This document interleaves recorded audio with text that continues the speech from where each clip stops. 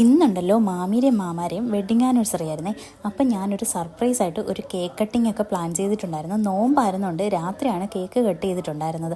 കാരണം നോമ്പൊക്കെ മുറിച്ചതിന് ശേഷം എല്ലാവരും ഒന്ന് ഫ്രീ ആയ ശേഷം ആണ് കട്ട് ചെയ്തിട്ടുണ്ടായിരുന്നത്. ഞാനൊരു ഉച്ചയ്ക്കായപ്പോൾ പോയി കേക്ക് വാങ്ങിയിട്ട് ഫ്രിഡ്ജിനകത്ത് സൂക്ഷിച്ചിട്ടുണ്ടായിരുന്നു. അപ്പം എങ്ങാനും അവർ തുറന്നു നോക്കുമോ എന്നുള്ള ടെൻഷനും എനിക്കുണ്ടായിരുന്നു.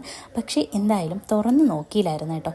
അതുകൊണ്ട് നല്ല അടിപൊളി സർപ്രൈസായിരുന്നു അത്. എല്ലാവർക്കും, അതായത് അവർക്ക് ഭയങ്കര സർപ്രൈസായി. ഇതൊട്ടും പ്രതീക്ഷിച്ചിട്ടുണ്ടായിരുന്നില്ലേ ഞാനിങ്ങനെ. കാരണം അവർ തന്നെ വെഡ്ഡിങ് ആനിവേഴ്സറിയുടെ കാര്യം മറന്നു ഇരിക്കുകയായിരുന്നു, നോമ്പൊക്കെ ആയതുകൊണ്ട് മറന്നിരിക്കുകയായിരുന്നു. അപ്പോൾ ഇങ്ങനെ ഒരു സർപ്രൈസ് ഒട്ടും പ്രതീക്ഷിച്ചിട്ടുണ്ടായിരുന്നില്ല. അവർ രണ്ടുപേരും അടുക്കളയ്ക്കകത്തുണ്ട്. അപ്പം ഞാൻ കേക്കെല്ലാം സെറ്റ് ചെയ്ത ശേഷം വിളിച്ചപ്പോൾ ഭയങ്കര സർപ്രൈസായിട്ടാണ് ഇറങ്ങി വന്നത്. സ്വപ്നത്തിൽ പോലും വിചാരിച്ചിട്ടുണ്ടായിരുന്നില്ല ഇങ്ങനെ ഒരു കേക്ക് കട്ടിങ്ങിൻ്റെ കാര്യം. കാരണം അത്രയും സർപ്രൈസായിരുന്നു. അത് ആ മുഖം കണ്ടാൽ തന്നെ അറിയാൻ പറ്റും. ഒരുമിച്ച് കട്ട് ചെയ്യണില്ല, അങ്ങനെയൊന്നും ഇതുവരെയും ചെയ്തിട്ടൊന്നുമില്ല. അപ്പോൾ ഇനിയും അങ്ങനെയൊന്നും വേണ്ടെന്നൊക്കെ ആദ്യം ഇങ്ങനെ പറഞ്ഞെങ്കിലും ഞങ്ങളൊക്കെ ഇങ്ങനെ നിർബന്ധിച്ചപ്പോഴത്തേക്കും പിന്നെ ഒരുമിച്ചൊക്കെ കട്ട് ചെയ്തിട്ടുണ്ടായിരുന്നേ. കല്യാണം കഴിഞ്ഞിട്ട് ഇതുവരെ ഇങ്ങനെയൊന്നും ഉണ്ടായിട്ടില്ല, ഇതുപോലെ കേക്കൊന്നും മുറിച്ചിട്ടില്ല ഒന്നൊക്കെ പറഞ്ഞപ്പോഴത്തേക്കും ഒരു സന്തോഷം തോന്നി.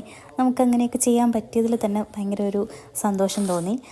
അല്ലെങ്കിലും പ്രിയപ്പെട്ടവർക്ക് നമ്മൾ ഇതുപോലെ എന്തെങ്കിലുമൊക്കെ സർപ്രൈസ് ഗിഫ്റ്റൊക്കെ കൊടുക്കുമ്പോഴാണല്ലോ നമുക്കും കുറച്ചുകൂടി സന്തോഷം, നമുക്ക് വാങ്ങുന്നേക്കാളും സന്തോഷം തോന്നുന്നത് അല്ലേ.